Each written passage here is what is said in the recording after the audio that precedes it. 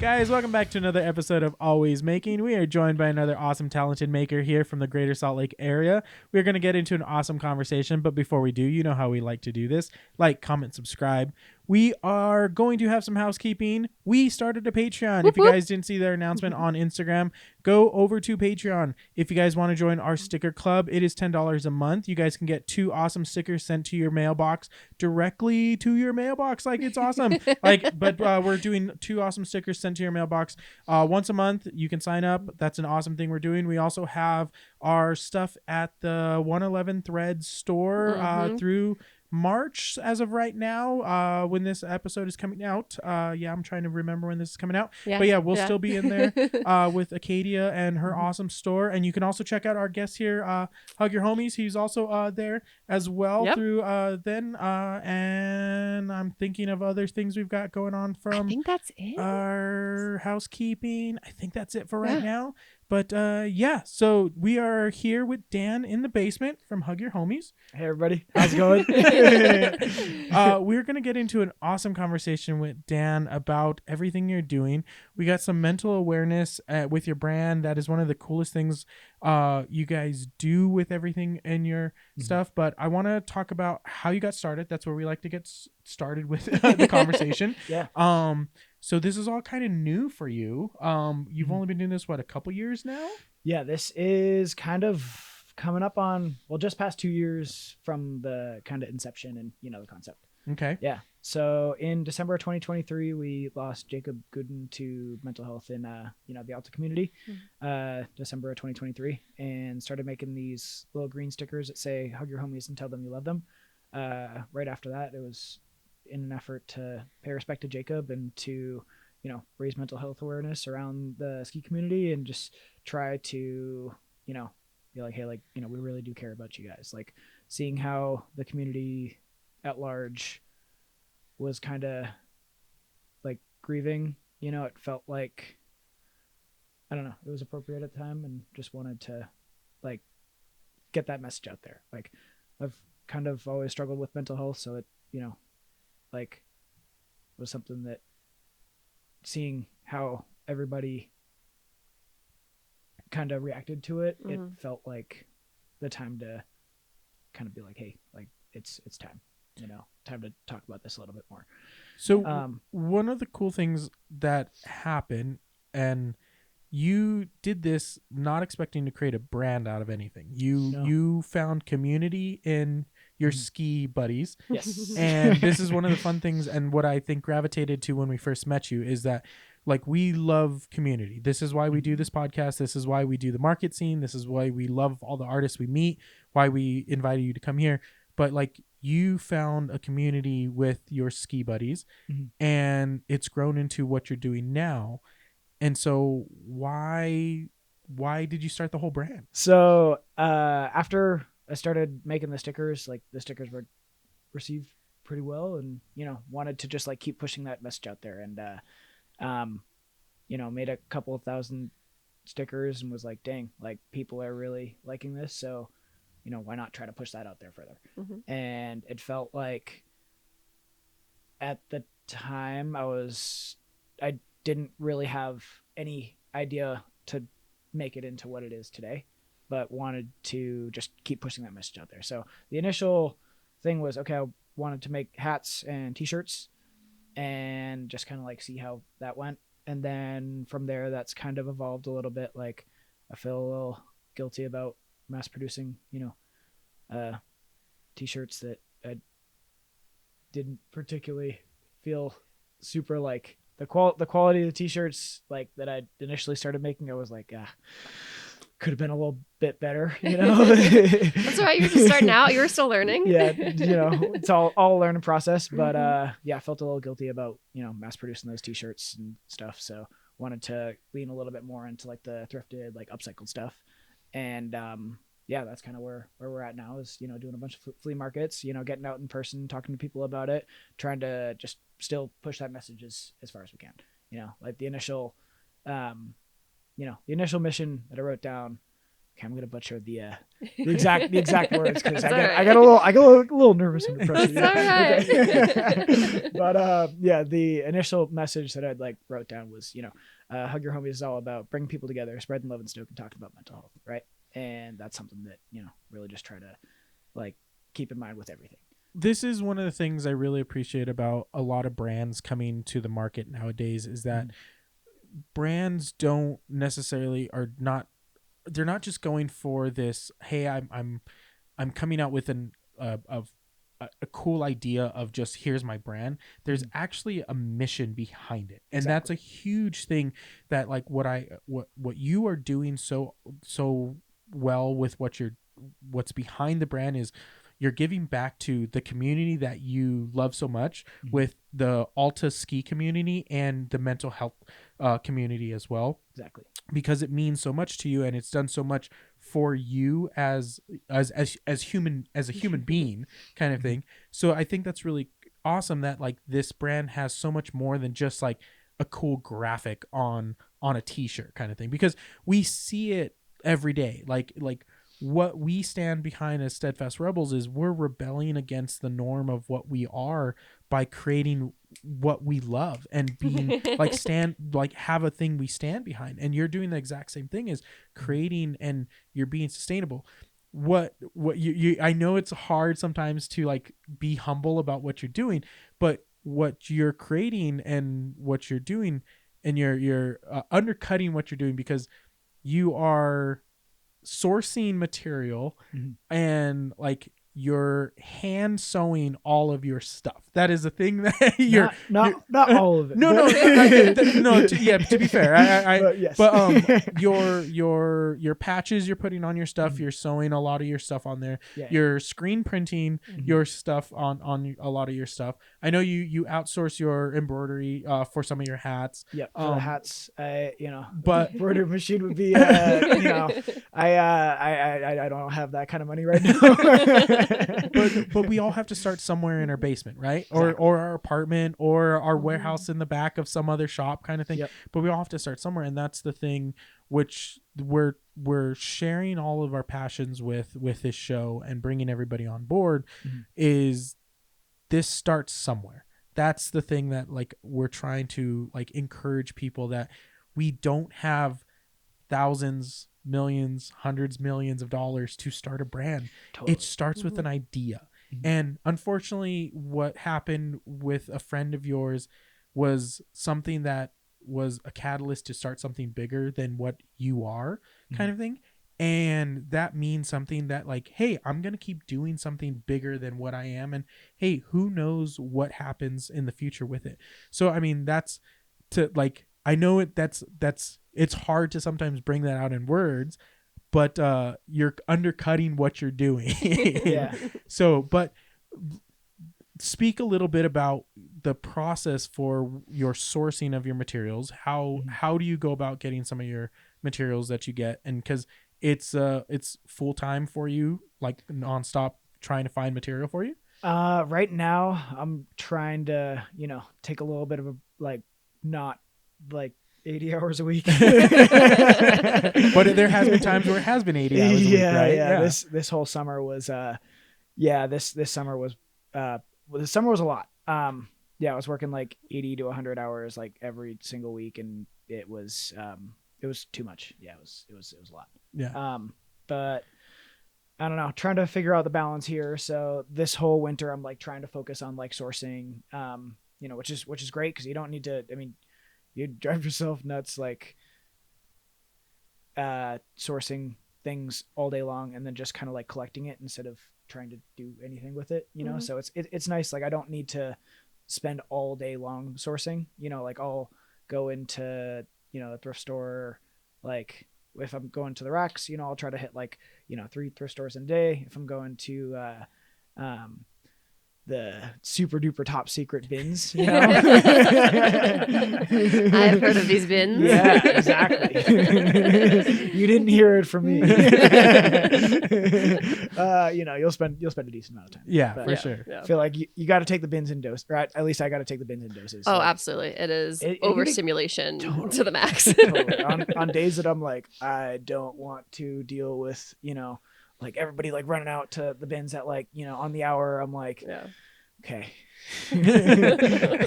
the racks it is. Yeah. Yeah. Yeah. I feel you. All I Yeah. have to say, so we've gone like to the bins like early in the morning most days. Mhm. And then one afternoon, Juniper and I were just having a rough afternoon. So I was like, whatever, let's just go to the bins and see what happens. We went in like the late afternoon, middle of the day. And I was like, this is way more chill, Totally. like way better. I'm like, why come in the morning? It's all like new stuff they put out every hour anyway. Exactly. So Exactly. people don't go in the afternoon because that's when I go, but just know there's other times of days to go. super duper top secret. Yeah. So, what are you sourcing when you are going out to the bins? Like, what are you putting your product on?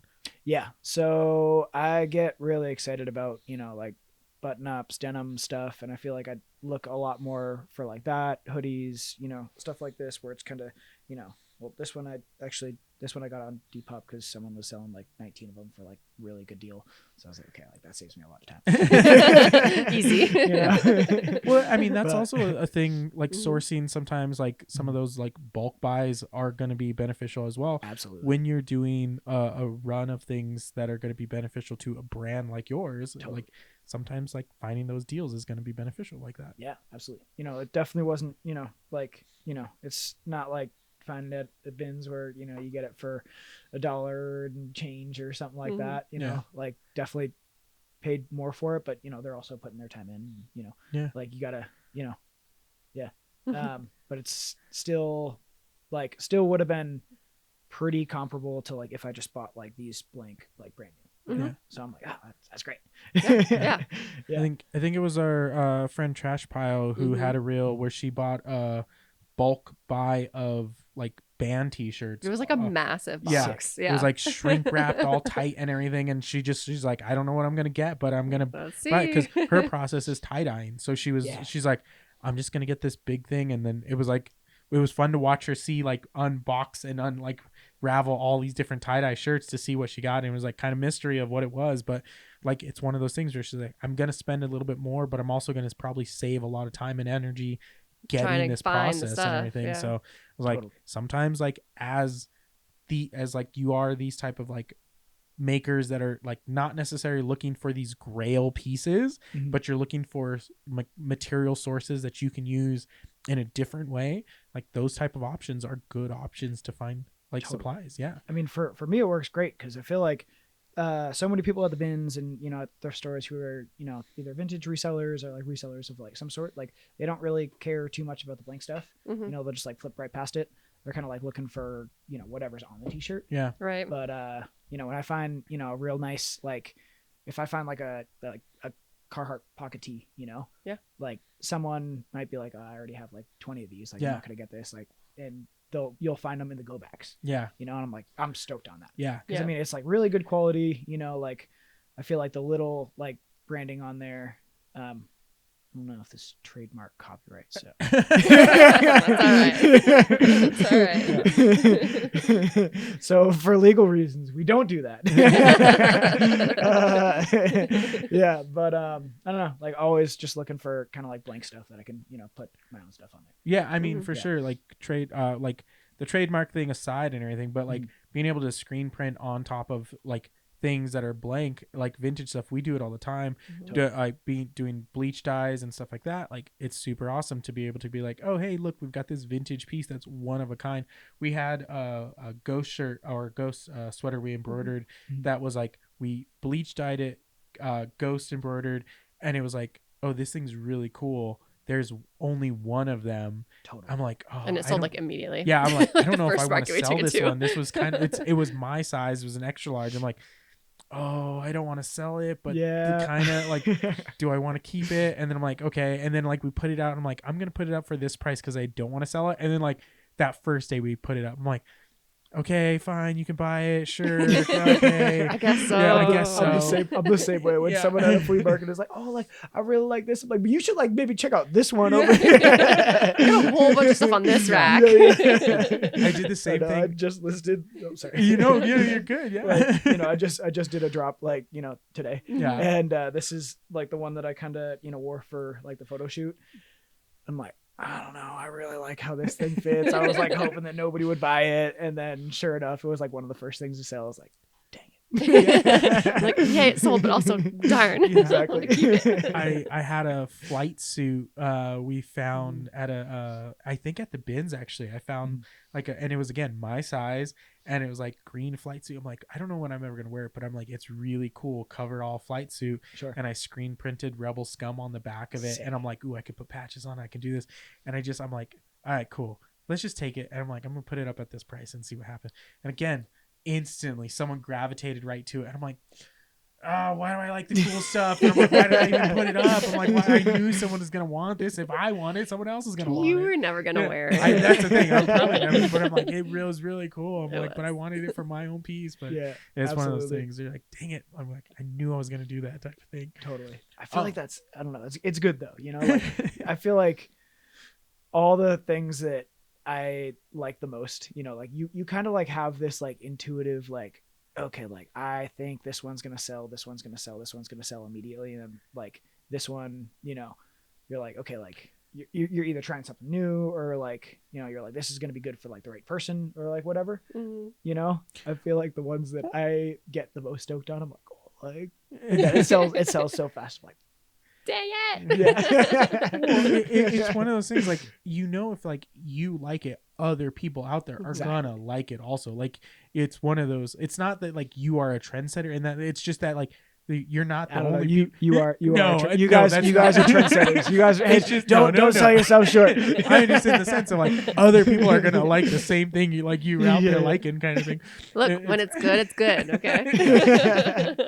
But I want to talk a little bit about like your history of making stuff.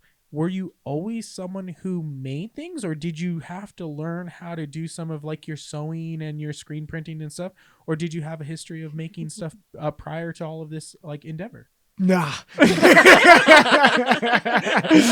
just learned all of it myself. I don't know. So no sewing machine before, No sewing machine screen before. printing experience, Nope. none of that whatsoever kind No. of thing. Yeah, the first like batch of t-shirts that I did, I was like, okay, like here's the design. I sent it to a screen printer, and I was like, yeah, like sounds good. And I saw how much it was. I was like, I'm gonna need to learn how to do this. And the first couple of drops that I did, I kind of like thrifted thing, or like the first couple of like more personalized drops, I thrifted, and like I like printed things, and I was like, this is pretty bad.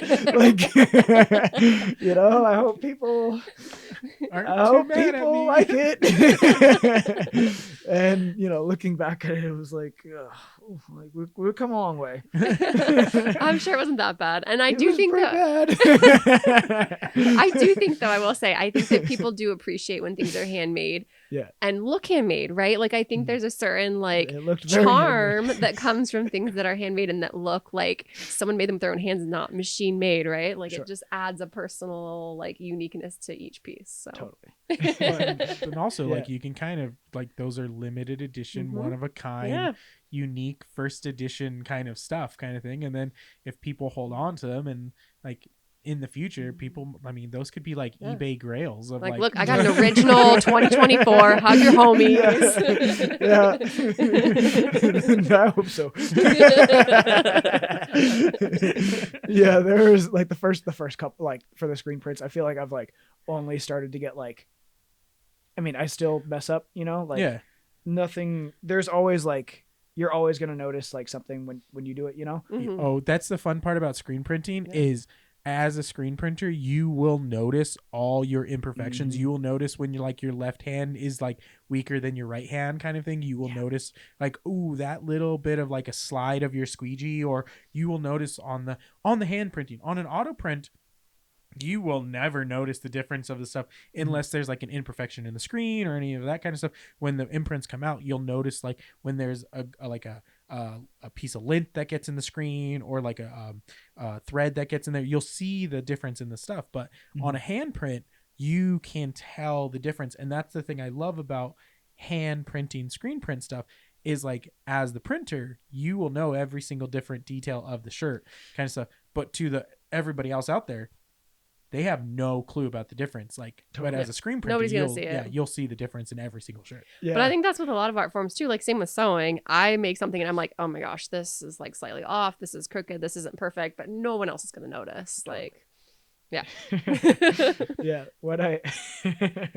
So when I was like first teaching myself how to do it, I was like, in the basement, and I was like, I couldn't figure it out. I was like, I didn't really have anybody. Well, I had like some friends that would kind of like walk me through it, but I was like doing it mostly myself, and like I'd go to like print something, and I was in this like, it was like tucked away in the basement, and I'd print it, like pick up the screen. Am I allowed to swear on here? Yeah. Okay. I'd like pick up the screen and every time be like, fuck, like, damn it. Like this came out so shitty. And I get like so frustrated, and there was like one day that I worked like, there were 3 days in a row that I worked for like 16 hours, 14 hours. Like, I don't know, just like long days, like 3 days in a row.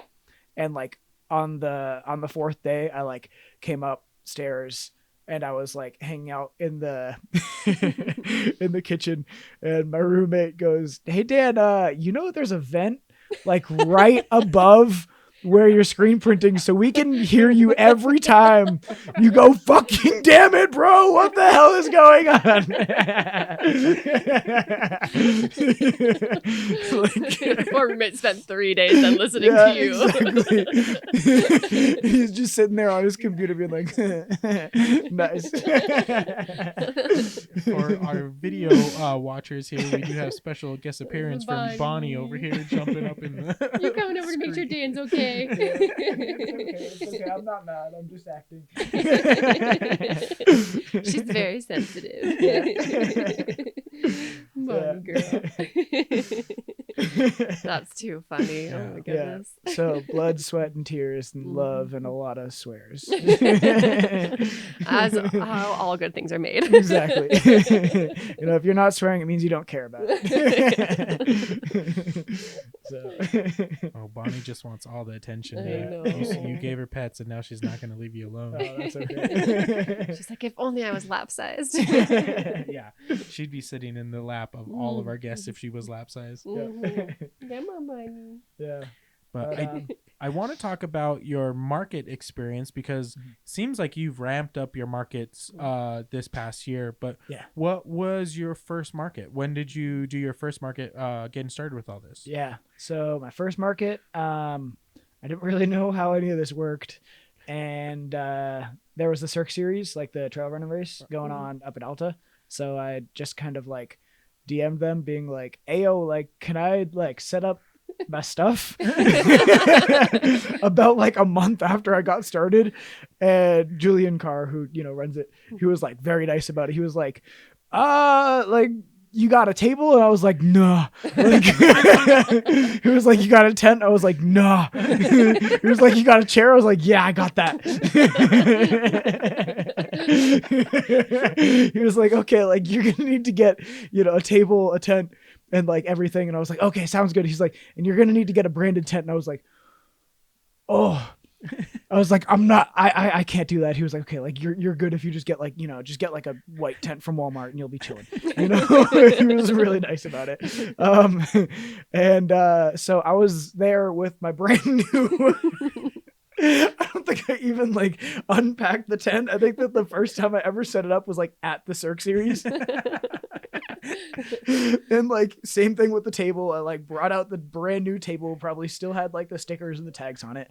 I just like slapped like a Hug Your Homie sticker like on the table and just like laid everything out flat.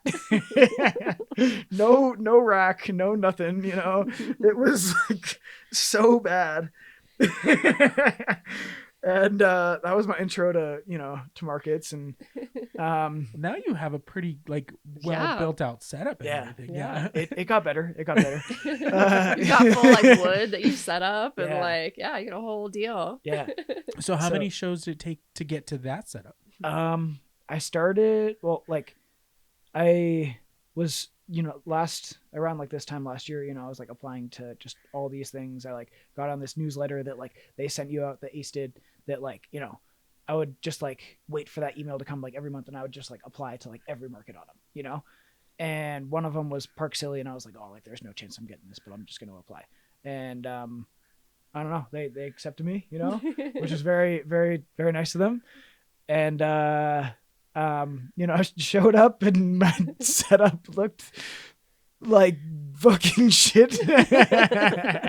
Like, it got a little bit better, right? I had the table, but I had a cloth, right?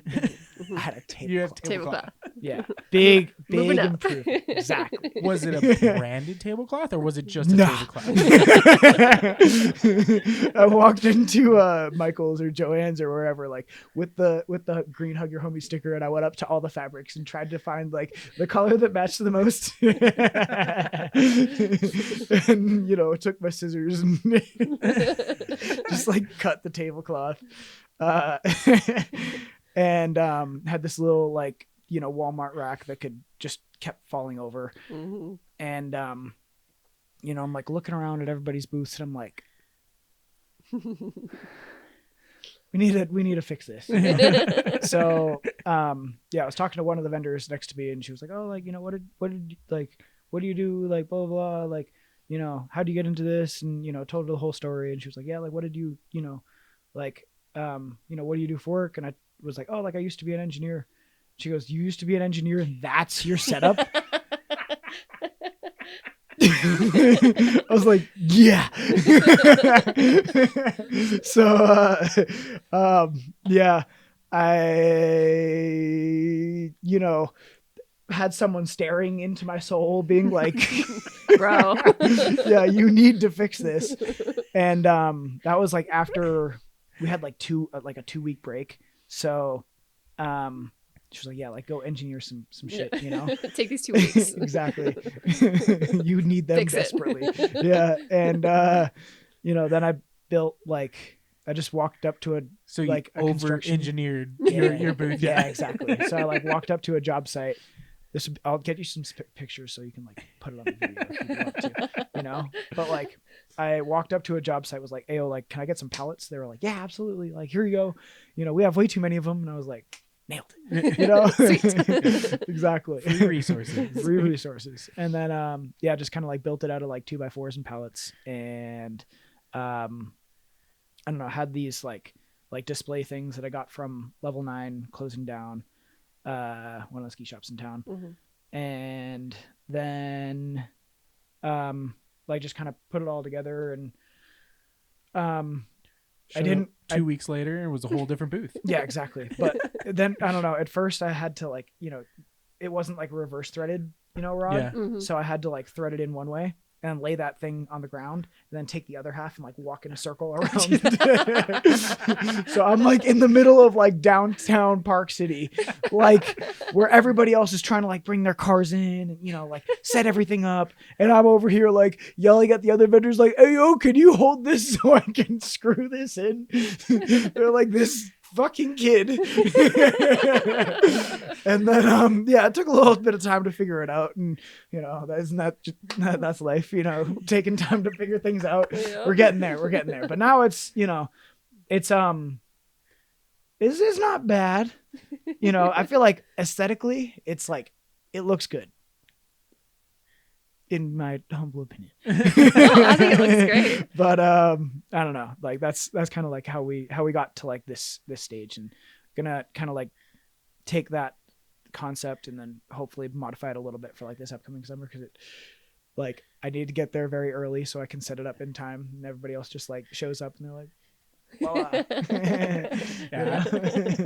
We had the booth next to you. I did notice it was taking you some effort and everything. Yeah. It does take us some effort for our booth as well. Mm-hmm. Our booth ours takes a while does as have well. a little bit of time, especially that Christy's home with Juniper right now kind of thing, and it's me solo like doing it kind of thing. Yeah. It was a little bit easier when it was both of us doing setup and everything, but like going solo now with setup and then having their Christy come a little later with Juniper does make it a little harder with our setup.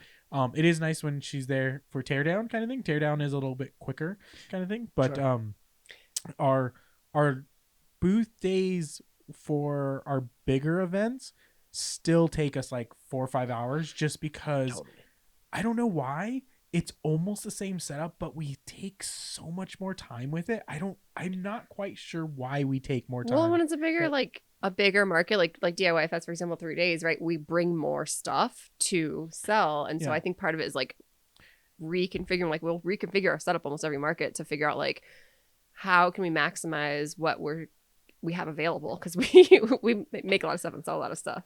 I mean, you can definitely tell like your booth is like so polished, you know. I feel like you guys doesn't feel like it. I mean, you're using like every like possible square inch, you this know? is true. Which is like we try to, but I feel like we still don't use it properly. Like I said, we reconfigure. You're selling yourself short. I was talking to a Katie at 111 like on the like that Thursday night that we had the you know, kind of like pre-opening party, right? And she was like, yeah, like their booth is so good. I was like, I know. Well, thank you. But... And we're over literally every market like, okay, how do we want to set up tomorrow, because the last setup wasn't good, we need to fix it. Like well, hey, we would have never known. But we did jump ahead a little bit. How did your first market go? Yeah, I was gonna come back to it. It was torrential downpouring. But it went pretty good. Like, you know, all the other vendors were like, you know, definitely a bit like, you know, as soon as it started raining, they were like, okay, we're gonna like pack up and like leave. And I was like, this is my first market. I'm making the most of it. Like everybody else is leaving. I'm going to stay out here, you know? And so it like was torrential downpouring and everybody like went inside the cafe at the GMD. And I just like, there was like a line for, you know, the beer, right? Like in the cafe. So, I stood directly next to the line and like talked to literally every single person, being like, hi, like, do you want to buy a hat? Like, this is what this is all about. And it was just being so annoying. Like, yeah. Hey, you got a captive audience. I mean, that's the way to work it. Yeah. So it went honestly like really good. I was like, you know, like, yeah, when Julian like handed me like the, you know, the tax form, I was like, oh, like what's this? Yeah. You know, he was like, oh, like you gotta like, you know, like tally all your, you know, all your sales and stuff, and you gotta, you know, pay the taxes. And I was like, oh, okay, like got it, like, you know, you gotta do like business stuff, like that's sales tax. Yeah, it is one of those things where like, oh, this is a real thing we got to do now, like. But I think it does speak to your character though, like in the downpour of your first sale, that like you tried to make the best of it, because we've in the same boat. We've been at shows and it's like, oh, like we were at the show this year that it was the most rain Salt Lake has seen in 125 years, and we were outside we still, at a market. It was an outside at a market. We still made the best of it, like, and it was still, I mean, we still profited. We still had a decent time. Juniper had the best time of her life, as she was having so much. She had fun. her rain boots on and a rain jacket, and that's all she needed. Around the puddles. Yep. And, like, I know a lot of vendors like decided to pack up and leave or just not Didn't show come. up. Yeah. But like we signed up for a show. Like we were like, hey, you know what? We're gonna just make what we can and do what we can with it. And I mean, it is what it is with what's going on. Like we can't change the weather. We're like, and you know what? The people that came through, they were super supportive. They appreciated us being there, and like, hey, like, you know what? Like, it wasn't all that bad. Like that's the reality. Like we know what we're signing up for. We're an outdoor market. Like weather is gonna be weather. Like, and you know, like it kind of like sucks. I soaked through 3 jackets because setting up, and but like you just kind of make what it is, and like, hey, you live to survive another day. Like that's the reality of what it is. But what it also did is like you came back to do another show because you're still doing more markets, you're still selling more stuff. Yeah. Like, and did it kind of like, did you catch the bug and like you kind of want to do more? Yeah. So after that one, like Julian kind of saw like that I was, very like, I had no idea what I was doing. I didn't know that you had to like apply for markets. I was kind of just like, I just kind of like would show up at markets, be like, hey, like, how do I get in this? But like, you need to apply in February, bro. Like, it's August. Like, I have my stuff in the car. Can I just like set up right here? Yeah, exactly. Like there's like a 4-foot space right here. Like, they're like, no. Julian saw like how excited I was like at the Alta market, and he was like, oh, like, dude, what are you doing next weekend? I was like, God, like I don't know. He was like, oh, like you want to come out to like Grand Targhee and set up there? And I was like, no way. Like, yeah, that sounds awesome. And so that was my second market, like just the following weekend. Same exact booth setup, still going up to like literally everyone that like walked by being like, hi, like, just, yeah, definitely annoyed some people. But I don't know, like everybody there is like super cool. Like everybody that does the Cirque series is kind of like, like was very receptive to it and, did it again like this past summer. And then, I don't know. Like after that was like, okay, like I feel like online stuff is really tough, like the online stuff. It's a completely different beast. Totally. Yeah, totally. Like, you got to like think about like every single step, and like, even if someone like has to go like, from like your Instagram story to like, your, to your bio or like to your page and then click on the link in your bio. And then like, like look through that, like instead of just being like, oh, like here is this thing that I can feel like in front of me, like this is, a good heavyweight cotton, or like whatever. Yeah, like, you got to describe it. You got to provide measurements or sizing. You got, there's so much more work on the back end. Yeah. Photos have to be like good enough for people to be able to see what you're trying to sell them. Like, Yep. What sells for us online is completely different than what sells for us in person. Yeah. Totally. And like, I don't want to say we get away with more in person than we do online. Like that's the wrong like attitude. But like, because people can physically see stuff and make a decision in person, like so much more, like it's much easier for us to make a sale in person than it is online. We have to be way more thorough online with our stuff. Yeah, totally. Yeah, totally. We've sold very few shirts online, but we sell them obviously just fine at markets because people can see them, look at them, touch them, like try them on if they need to, figure out their size. Yeah. And you can actually like connect with people, like talk to people about like, what it is you're doing, like why you're doing it. And then I feel like, having that like in-person experience is like so much better.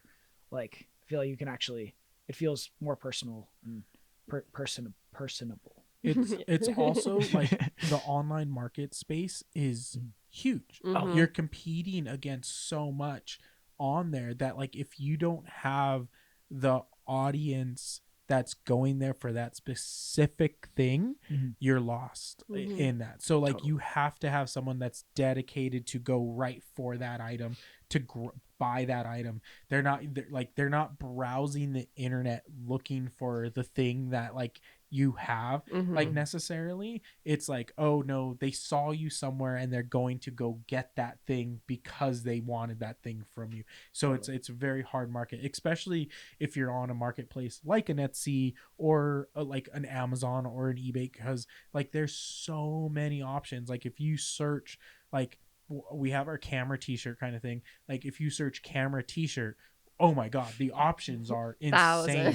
Like if you search ski t-shirt or ski sweatshirt, like like keyword optimization, like SEO optimization for a ski t-shirt, like finding something like that is like I'm not gonna be able to compete with that. It's gonna be insane kind of thing. Like finding hug your homies, I could only imagine what kind of search algorithm is gonna pop up with that kind of thing. I mean, I don't know who's gonna sit there, just going through, sitting there on Google being like, what do I Google next? Okay, hug your homies. I don't think anybody's gonna like I mean, mental health like is such a huge like thing and like mental health, like ski, like sweatshirt, like you might get lucky and come up in the first like thing, but I like how many people are searching that for a sweatshirt? Yeah, I don't know. I honestly don't really even like I haven't really. I should put more time and effort into SEO. Add I'm it to just the like, list, right? Yeah, I'm just like Instagram. Yeah. You know? I mean, it is such a hard thing as a small business to dive into that world Totally. on your own, in the sense like with like a full-time thing, Yeah. especially when you're making your own stuff, going through the whole motion. Like we deal with it all the time, because like it's not something that you have all the time in the world to dive into, because like spending one day of like on top of everything else you have to do, you can do it for one item you have, and then you're like, oh shoot, I have 300 other items in our SKU list that's gonna need the same kind of treatment. Like what's gonna push that kind of thing? Yeah. And in today's like algorithm play of trying to figure out like, ooh, if this thing goes viral, like I'm set for life kind of thing. And like, how am I gonna, if everybody knew the answer to go viral on something, like, well, they have courses for it. Yeah. Oh yeah. Yeah. For $29.99 a month, you can honestly, like there are some courses. Like I took a couple of courses for Instagram stuff, and it helped a lot. Yeah. And then last winter I took a job at Lone Pine Gear Exchange. Just running their social media. So that I could like learn how to like have it like reach the right people, and like how to get the algorithm working for you and stuff like that. It's so weird, because like some of the videos that I did, I was like, yo, like this is hysterical. I'm sitting here like laughing the entire time that I'm like just like editing it, and then it proceeds to get like 2,000 views, and it's like, dang, this video that I spent probably 3 minutes editing just got over 100,000 views. I don't understand at all. You're like, why did that do that? Exactly. Kind of thing. Yeah. And sometimes it's just like, I don't know, like sometimes if you just hit the right like time, and the people who see it initially like interact with it like a ton, and I don't know, like there's so much on the back end of like the Instagram algorithm that's just like, so frustrating. It is a very crazy thing, and it is a full-time job.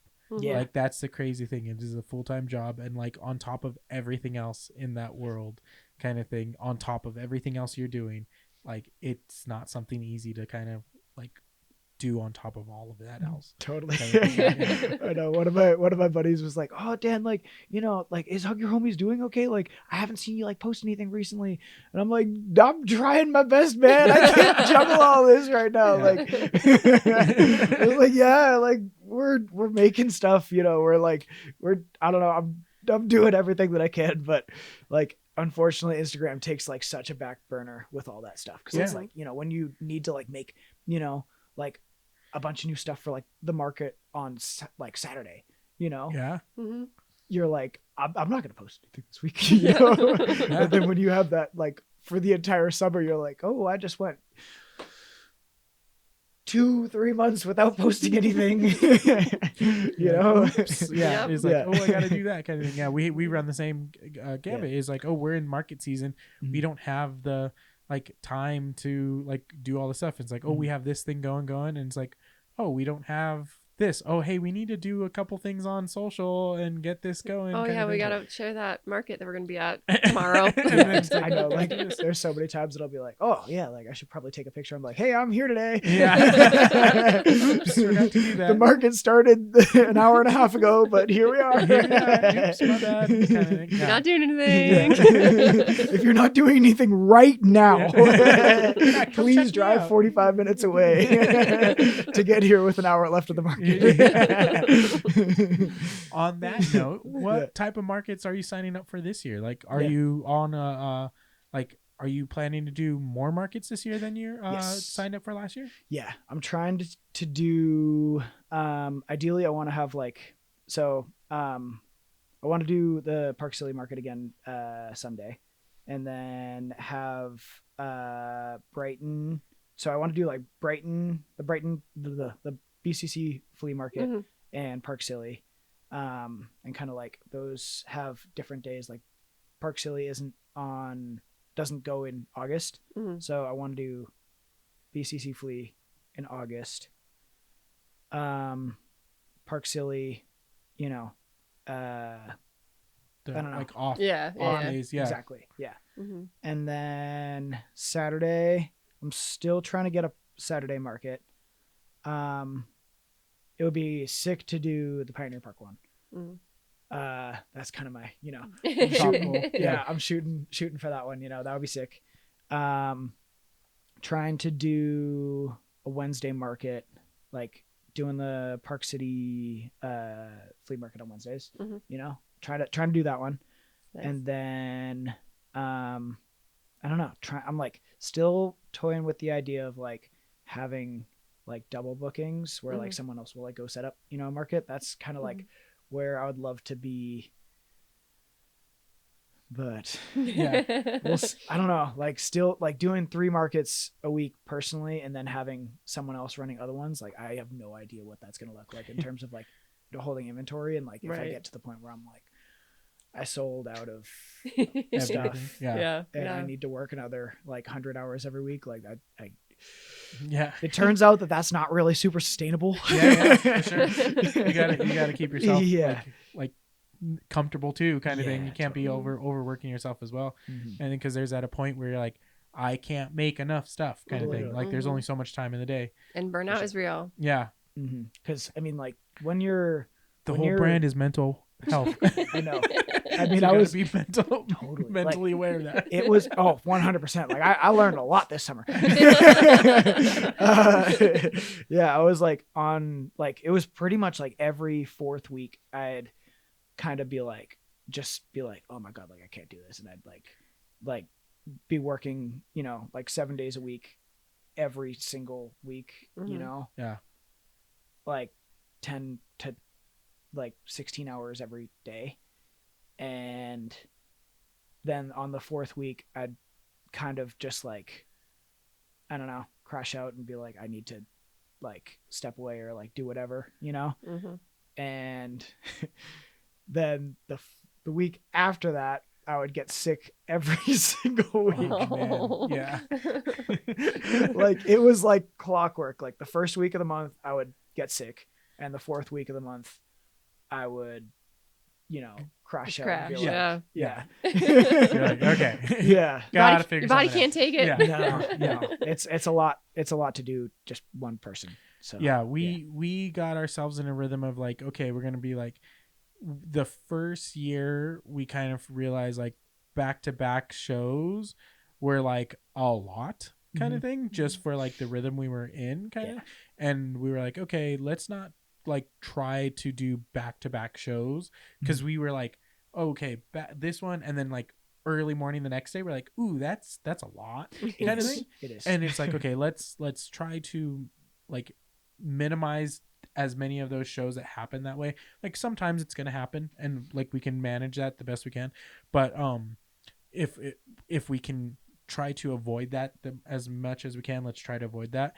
And so the next year we're like, okay, let's try to play that off. And then when we had shows that were like starting to pile up every weekend, like back-to-back weekends kind of thing, we're like, we need to start like going, hey, if this show's going to be here, let's give ourselves a show and then give ourselves a weekend off kind of thing, so that we can like just get chores done around the house or get stuff made.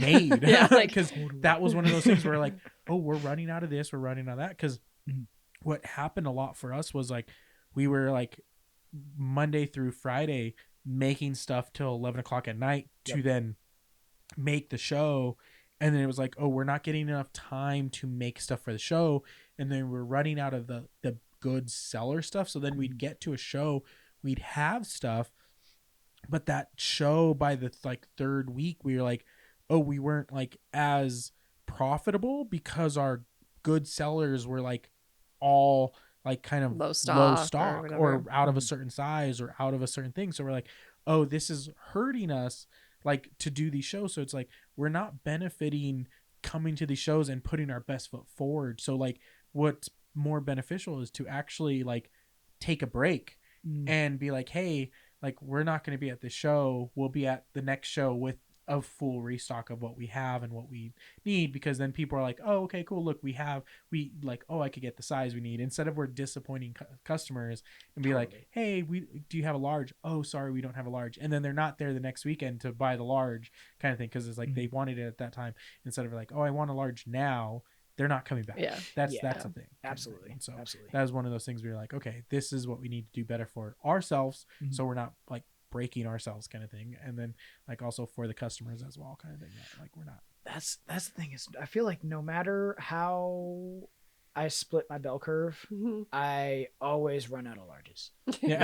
I don't know how, like I'll like, I don't know, I did a lot of like research on how to do that, and I was always like, I'd have like all of my 2X's, you know, and all of my extra smalls and all of my smalls, and then like half of my mediums, then all my larges were gone, and then I have like a couple of like XLs left. You know, so it's usually like low on smalls, low on 2X, and it's heavy on large, heavy on like mildly heavy on XLs, and then mildly heavy on mediums kind of thing, because like your things that sell primarily are medium, large, and extra large kind of thing. That's your like pretty much standard. And so we usually will sell out of our larges kind of thing, for the most part kind of thing. We'll have like smalls. I usually do 1 or 2 smalls whenever we do a run. That's all we usually do. And usually I'll have a leftover small. I know, that's the thing, is like I would do like this summer I was doing, you know, like orders of like 50, you know, I would like order 50 blanks, and then, you know, like do those, and I would like go to, you know, like I would go on Google, I'd be like, all right, like what's the bell curve, you know? And I'd be like, okay, got it, don't need to worry about it. Sure enough, all the larges would be gone. I'd like go back to, you know, the blank guy, I'd be like, what am I doing wrong? You know? And then I'd like recalculate. I'd be like, all right, I have like this, and this. I'd be like, okay, like I need to get like this many larges, and I'm gonna like extra do the larges, you know? Or like do, you know, more larges, get extras. Still sell out. Yeah. Because the reason is like even like the younger kids and like the girlfriends and everything, they still want a larger shirt. That's it. Yeah, they still want a baggier size kind of thing. And so like it's always one of those things, you err on the size of more larges kind of thing. And then like they're still going to sell out. That's the thing, they're still going to sell out no matter how much you try. They're still going to sell out, and you're going to disappoint somebody. Like that's the unfortunate part. Oh my god, that's all right. I'm like, that's something that I'm like, so I don't know, I try to be, you know, pretty conscious of, you know, like getting something for everybody and stuff, but like people always get mad at you for like, they'll be like, oh, like you don't have something for my infant. I'm like, no, like no, I can't carry everything. I'm just out here trying my best. You know. We don't do kid sizes. We don't do. I mean, even with Juniper kind of thing, it's like, I get it, like, but it's like kid sizes are a whole, like there's so many kid sizes. I'm like, I can't carry kid sizes. I can barely carry enough like of all the designs in like adult sizes. Like, I'm like, there's no way I'm gonna be able to carry kid sizes of like anything. I'm like, people are like, oh, I'd love this in a dog's thing. I'm like, I'm not carrying dog stuff. Like, there's no way. Like, I have a dog. I don't even make dog clothes. Like, you can take this shirt and then you can modify it for your dog. Yeah. There's this crazy invention called scissors. Yeah. Like, I mean, I've gotten that. Like, I've gotten some crazy requests where I'm like, is that what's expected of me? Like, well, as a brand, I mean, that's just what starts happening. Like, people just expect like that. It's like, oh, you're a brand, you start making for everything. And I'm like, that's just not a thing. That's I not can feasible. do. Yeah. It's like, I'm not that big of a brand. Yeah. I don't have the thousands, hundreds of thousands, millions of dollars to invest and have this backstock of things. Like, I am working out of my basement. Like that is like if you want to do a custom thing, you can pay me up front and I can make a custom piece for you. Sure. That's a thing that can happen. Always Like, like, hey, you can- DM me, like we can do. Yeah, we can make those. And I've talked to customers like that. Like it's like, hey, you want something custom? We can. Someone asked if like I can do a tank top. I'm like, oh yeah, I can do a tank top. And like she was like, I have a tank top available. This is what I can do. And she was like super awesome customer. She's like purchased other stuff from me. I'm like, I can make this work for you, and I made it work for her. She was so stoked about it, kind of thing. Yeah. But those are things like on a request, I can make those things happen.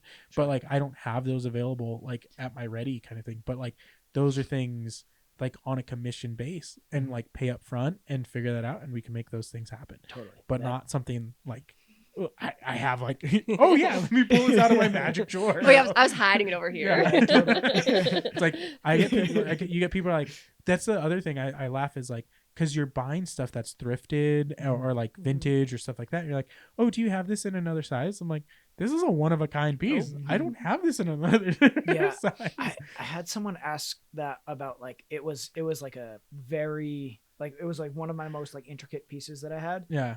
You know, and they were like, I want this in this color and this size. Yeah. And I'm like, here's my commission fee. I'm like, I don't know. I was like that's just a bit like rude to us, you know? Yeah, yeah. It's one of those like, like this is a one-off piece. I don't. There's no other options for this. This is it. I don't. Exactly. Yeah. I know. I'm very sorry that you. There was. Glad you like it. Yeah. But Yeah. I know there was a. There was one time that someone was like, oh, like, you know, like when you get like this back print, you know, again, like, you know, can you let me know? And I was like, I'm sorry, like I thrifted the back print, like, you know, and like I don't know, I felt a little bad about it, but I was like, oh, like I got this and this. She was like, no, like that's not not the same. Yeah. I was like, no, This is I'm what sorry. Yeah. Like, yeah. Sorry. Yeah. This is all I got. Totally. Yeah. I mean, it's just it's again small business. Yeah. People don't understand how it works sometimes, and Totally. It's not big retail. That's just you're gonna run into those things, and you're not gonna make everybody happy. And I'm like, I'm okay with it. Like, you just got to be okay with it. It's like, hey, sorry, I'm not for you.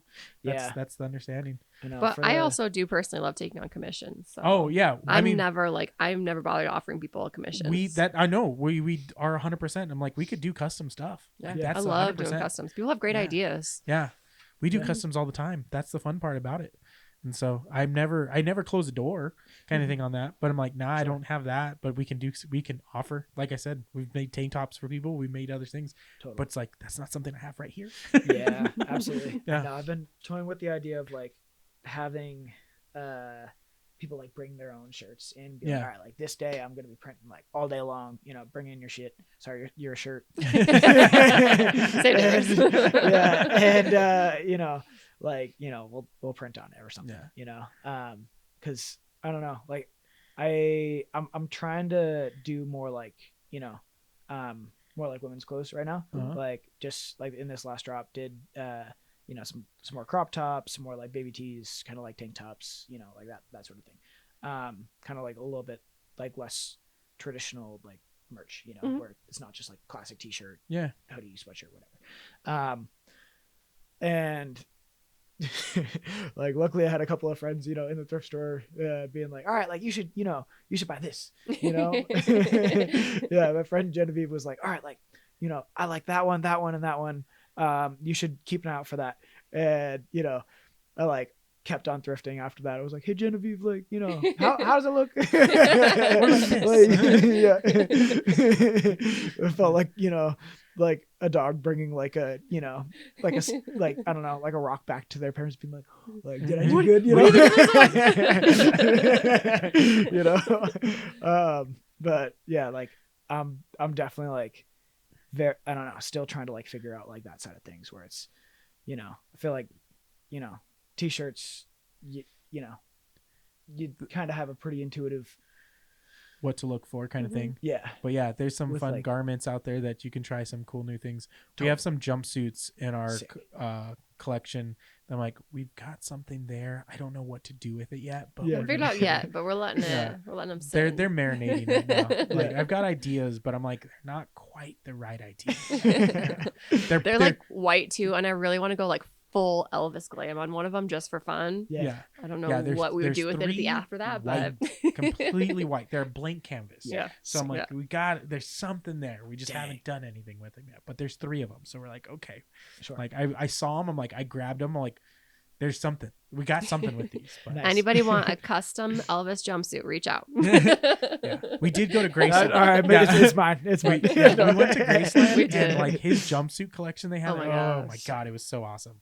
Like So Graceland in awesome. general was cool, but all I wanted to do was like see the jumpsuit. The And they jumpsuits had were 'em, the like, best part. An entire room, floor to ceiling, 3 walls Really? of Of jumpsuits. Dang. Yeah, Oh, it was amazing. like being a, Rhinestones everywhere, Sick. fringe to the max. Oh yeah. being a costume person, like that was like a really cool. Yeah. Like, just seeing the And like detail intricate. Yeah. yeah, Like they it was weren't just just so like freaking slapped cool. on. Like they yeah, were. it was really Nice. cool. Yeah. Yeah. But Anyways. yeah, we are coming up on time, so I do want to make sure for people who want to support and check out what you're doing and everything. Mhm. Where's website, social, everything that they can do to go check out Yeah. what you're doing, support everything. What's the best place they can find all the information? Right now, probably Instagram. It's at hug dot. Well, like just like Mhm, mhm. not like not DOT, but Period. yeah, exactly. At hug dot your homies. Yeah, homies spell HOMIES. I'm dyslexic, so I had to think about that. That's all right. You did great. That's probably the best way to reach to reach it right now. Website is hugyourhomiesworldwide.com. I was a little ambitious with the with the name there, inspired by Step Brothers. Worldwide. It's gonna happen. exactly. Got someone reaching out asking if I can ship to Australia, so that's pretty exciting. Nice. Yeah. Awesome. Yeah. Dan, we appreciate you coming down and having a conversation with Likewise. us. Thank It's you, been guys. super awesome. The time flew by very quickly Mhm. and everything. I know you're a little nervous coming on, but I mean, that was super easy, right? Yeah, absolutely. I feel like once you get, I don't know, I didn't look at the camera, I don't think a single time until right now. I told you you'd forget they're there. You don't need and to. everything. But yeah, that's going to do it for our conversation here, guys. You guys know what to do. Like, comment, subscribe. If you guys know anybody in the greater Salt Lake area or the Salt Lake area, please send them our way. We'd love to have a conversation about all their passions about making, creating, or just having fun in the Salt Lake area with their passions of art. We'd love to have that conversation. Join our Patreon. We have till the 15th of every month to join the sticker club, and then we'd send out your guys' stickers for the month. And yeah, that's gonna do it. See you on the next episode. Thanks Bye. for watching. Bye. All right, thank you guys.